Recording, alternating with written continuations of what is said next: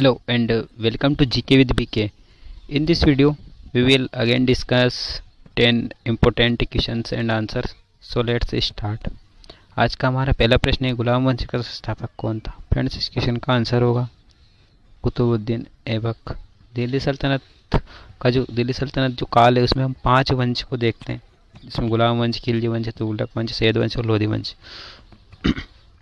तो इसमें जो पहला वंश था वो था गुलाम वंश। इनका टाइम पीरियड देखते हैं। गुलाम वंश का जो टाइम पीरियड था वो था 1206 से 1290। और खिलजी वंश का, इसके बाद जो खिलजी वंश आता है वो 1290 से 1320 तक उसका शासनकाल रहता है। तुगलक वंश का, दिल्ली सल्तनत में सबसे ज़्यादा जो शासनकाल होता है वो तुगलक वंश का होता है। कितना? 1320 से 1414 तक। उसके बाद आता है सैयद वंश। सैयद वंश होता है 1414 से लेकर 1451 तक। और अंतिम वंश दिल्ली सल्तनत का लोधी वंश, और इसका टाइम पीरियड होता है 1451 से लेकर 1526। और 1526 में बाबर का आक्रमण हो जाता है। बाबर, इसके बाद यहीं से बाबर का शासन शुरू हो जाता है। बात करके इनके संस्थापक की, तो गुलाम वंश का संस्थापक कुतुबुद्दीन ऐबक, खिलजी वंश का संस्थापक होता है जलालुद्दीन खिलजी, और तुगलक वंश का संस्थापक होता है गयासुद्दीन तुगलक, जिसे गाजी मलिक भी कहा जाता है। सैयद वंश का संस्थापक खिज्र खां होता है, और लोधी वंश का संस्थापक होता है बहलोल लोधी। चलिए फ्रेंड्स, देखते हैं अब नेक्स्ट क्वेश्चन।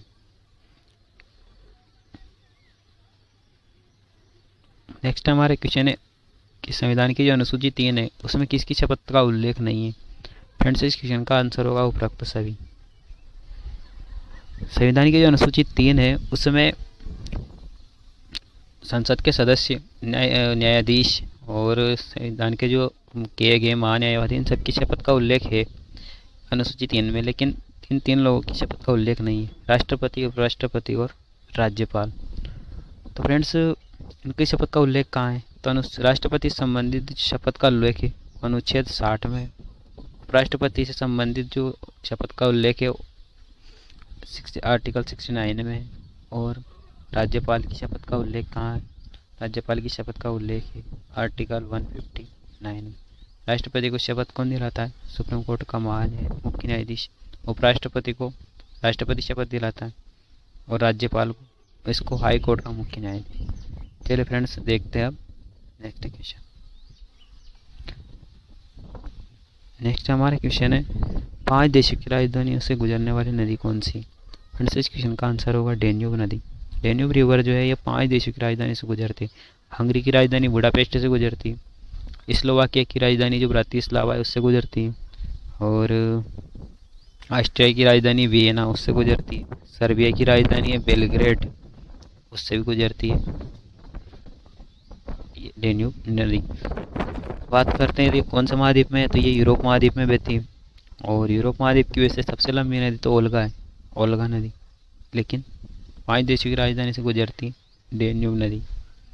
बात करते हैं अमेजन नदी की, तो दक्षिण अमेरिका महाद्वीप में बहती है, और यह अफवाह की दृष्टि से विश्व की सबसे बड़ी नदी है अमेजन नदी। और इसके जो आसपास जो जंगल पाए जाते हैं उन्हें अमेजन वर्षावन कहा जाता है। और ये दुनिया की 20% ऑक्सीजन का उत्पादन करते हैं अमेजन वर्षावन, इसलिए इन्हें कहा जाता है दुनिया के फेफड़े कहा जाता है अमेजन वर्षावन को। चलिए देखते हैं नेक्स्ट अदर ऑप्शन।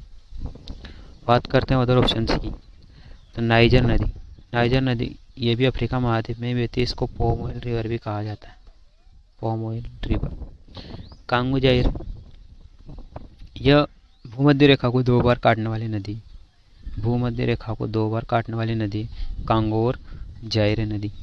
बात करते हैं कर्क रेखा को, तो कर्क रेखा को 2 बार काटने वाली नदी कौन सी? वो है माही नदी। मध्य प्रदेश में बहने वाली माही नदी कर्क रेखा को 2 बार काटती। और लिम्पोपो नदी यह मकर रेखा को 2 बार काटती। तो फ्रेंड्स, याद रखिए तीनों नदियाँ, तीनों रेखाएं जिन्हें ये काटती है 2-2 बार काटने वाली नदियाँ। चलिए देखते हैं अब नेक्स्ट क्वेश्चन। फ्रेंड्स, नेक्स्ट हमारा क्वेश्चन है, 1 ग्राम द्रव्यमान वाली वस्तु का ताप 1 डिग्री सेल्सियस बढ़ाने के लिए जो आवश्यक ऊष्मा है वो क्या कहलाती है? फ्रेंड्स इस क्वेश्चन का आंसर हो जाएगा विशिष्ट ऊष्मा कहलाती। मात्रक इसका ऐसा ही मात्रक होता है विशिष्ट ऊष्मा का जूल, ऊष्मा का ऐसा ही मात्रक, और इसके बटे में आएगा जूल प्रति किलोग्राम इंटू केल्विन, केल्विन ताप, ये द्रव्यमान। और तो ये हो जाएगा विशिष्ट ऊष्मा का ऐसा ही मात्रक। बात करते हैं ऊष्माधारिता की। तो जब विशिष्ट ऊष्मा की परिभाषा में से 1 ग्राम वाली जो शर्त हटा दी जाए, 1 ग्राम द्रव्यमान वाली शर्त हटा दी जाए, तो जो परिभाषा बचती है वो परिभाषा बनती है ऊष्माधारिता की। ऊष्माधारिता की क्या परिभाषा बनती है? किसी भी वस्तु का ताप 1 डिग्री सेल्सियस बढ़ाने के लिए जो आवश्यक ऊष्मा होती है वह कहलाती है ऊष्माधारिता। आयनानुभव किसे कहते हैं? तो जब किसी परमाणु में से एक इलेक्ट्रॉन निकालने के लिए हमें जो ऊर्जा की आवश्यकता लगती है उसे बोलता है आयनानुभव, उस ऊर्जा को बोलते हैं आयनानुभव। और इलेक्ट्रॉन बंधुता, जब किसी परमाणु को एक इलेक्ट्रॉन दिया जाता है तो ऊर्जा निकलती है, उस ऊर्जा को बोला जाता है इलेक्ट्रॉन बंधुता। चलिए फ्रेंड्स देखते हैं नेक्स्ट क्वेश्चन। नेक्स्ट हमारा क्वेश्चन है ग्रेनोकाइट किसका अयस्क है? फ्रेंड्स इस क्वेश्चन का आंसर होगा कैडमियम, कैडमियम का अयस्क है ग्रेनोकाइट। टाइटेनियम, तो ये एक रणनीतिक धातु भी कहा जाता है टाइटेनियम को। और इल्वेनाइट इसका अयस्क है टाइटेनियम का, इल्वेनाइट। जिंक, कॉपर और जिंक दोनों की मिश्र धातु है, दोनों से मिलकर बनता है पीतल। तो जिंक के 2 अयस्क, एक जिंकाइट, जिंक ब्लेंडी और एक होता है केलामाइन। और बात करते हैं कोबाल्ट के अयस्क की। तो कोबाल्ट का एक अयस्क है स्मेलेटाइट, ये होता है कोबाल्ट का अयस्क। तो फ्रेंड्स हम देख चुके हैं इन सब चीज़ों सभी धातुओं के अयस्क। अब देखते हैं नेक्स्ट क्वेश्चन। फ्रेंड्स नेक्स्ट हमारा क्वेश्चन है कोशिका का कंकाल किसे कहा जाता है? फ्रेंड्स इस क्वेश्चन का आंसर होगा अंतःप्रदवी जालिका या endoplasmic reticulum, ER। Endoplasmic reticulum जो है ये कोशिका को आंतरिक सहायता प्रदान करता है, कंकाल जैसी स्ट्रक्चर बना के उसको मजबूती प्रदान करता है कोशिका को। इसके अंदर 2 चीज़ों का निर्माण होता है। इसमें 2 सतह पाई जाती है, एक होती है रफ और एक खुरदरी, रफ और एक होती है स्मूथ। जो इसकी स्मूथ सतह होती है इसमें लिपिड और लिपिड का निर्माण होता है, लिपिड वसा इसकी स्मूथ वाली सतह पर। और रफ जो खुरदरी सतह होती है इस पर होती है प्रोटीन का निर्माण होता है, इसमें राइबोसोम पाया जाता है जिसमें प्रोटीन का निर्माण का कार्य करते हैं। बात करते हैं अदर ऑप्शन की। तो लाइसोसोम, इसे कोशिका की आत्महत्या की थैली कहा जाता है। और इसके अंदर जो एंजाइम पाया जाता है उसे बोला जाता है हाइड्रोलाइटिक एंजाइम। याद रखिए परीक्षा में एग्जाम में आता है, हाइड्रोलाइटिक एंजाइम पाया जाता है लाइसोसोम के अंदर। माइटोकॉन्ड्रिया, यह अर्ध स्वायत्त कोशिकांग कहलाता है माइटोकॉन्ड्रिया, और कोशिका का ऊर्जागृह भी इसे कहते हैं। सेंट्रोसोम कोशिका विभाजन में महत्वपूर्ण भूमिका निभाता है सेंट्रोसोम। और याद रखिए यह पादप कोशिका में नहीं पाया जाता है, सेंट्रोसोम पादप कोशिका में नहीं पाया जाता। तो फ्रेंड्स देखते हैं नेक्स्ट क्वेश्चन।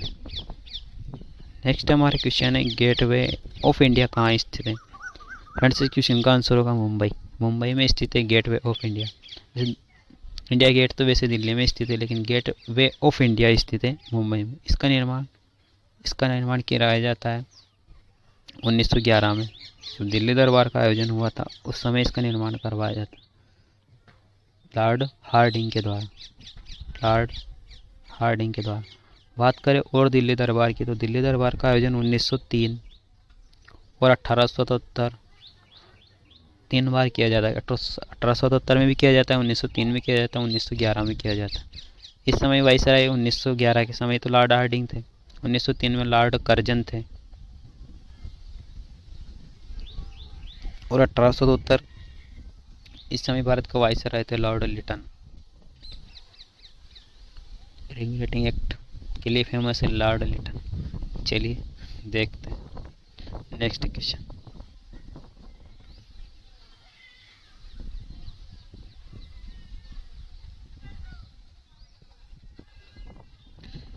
फ्रेंड्स नेक्स्ट हमारा क्वेश्चन है प्रधानमंत्री ग्राम सड़क योजना की शुरुआत किस वर्ष हुई? फ्रेंड्स इस क्वेश्चन के जो सारे ऑप्शन है ये गलत है। इसकी शुरुआत होती है 25 दिसंबर 2000। अटल बिहारी जी उस समय के प्रधानमंत्री, देश के प्रधानमंत्री। और इसके तहत गांव को शहरों से जोड़ा गया प्रधानमंत्री ग्राम सड़क योजना के तहत 1999। इन्हीं के समय कारगिल युद्ध अटल बिहारी वाजपेयी के समय ही हुआ था ये भी। अब चलिए देखते हैं नेक्स्ट क्वेश्चन। फ्रेंड्स नेक्स्ट हमारा क्वेश्चन है, वर्धमान ट्रॉफी का संबंध किस खेल से है? इस क्वेश्चन का आंसर हो जाएगा वेट लिफ्टिंग या फिर भारोत्तोलन से संबंधित है वर्धमान ट्रॉफी। बात करते हैं बैडमिंटन की, तो इससे संबंधित है नारंग कप, सुधीरमन कप, चड्डा कप, थॉमस कप जो कि पुरुषों का है, और उबेर कप यह है महिलाओं। याद रखिए थॉमस कप भारत ने हाल ही में जीता है और ये पहली बार भारत ने जीता है Thomas cup. Uber cup badminton से संबंधित है और ये किसने जीता है? साउथ कोरिया ने जीता है उबेर कप। बात करते हैं हॉकी की, तो Sultan Azlan Shah cup, Nehru cup, Indira cup, Scindia cup ये सभी संबंधित है हॉकी से। चलिए देखते हैं अब नेक्स्ट क्वेश्चन।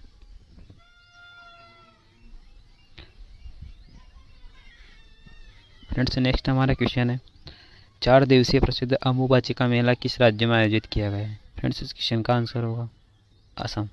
असम की गुवाहाटी में है कामाख्या माता मंदिर और यहीं आयोजन हुआ है अम्बुबाची मेले का। बात करते हैं उड़ीसा की, तो उड़ीसा में बाली यात्रा प्रसिद्ध है, रजा पर्व यहाँ का प्रसिद्ध है। लद्दाख की,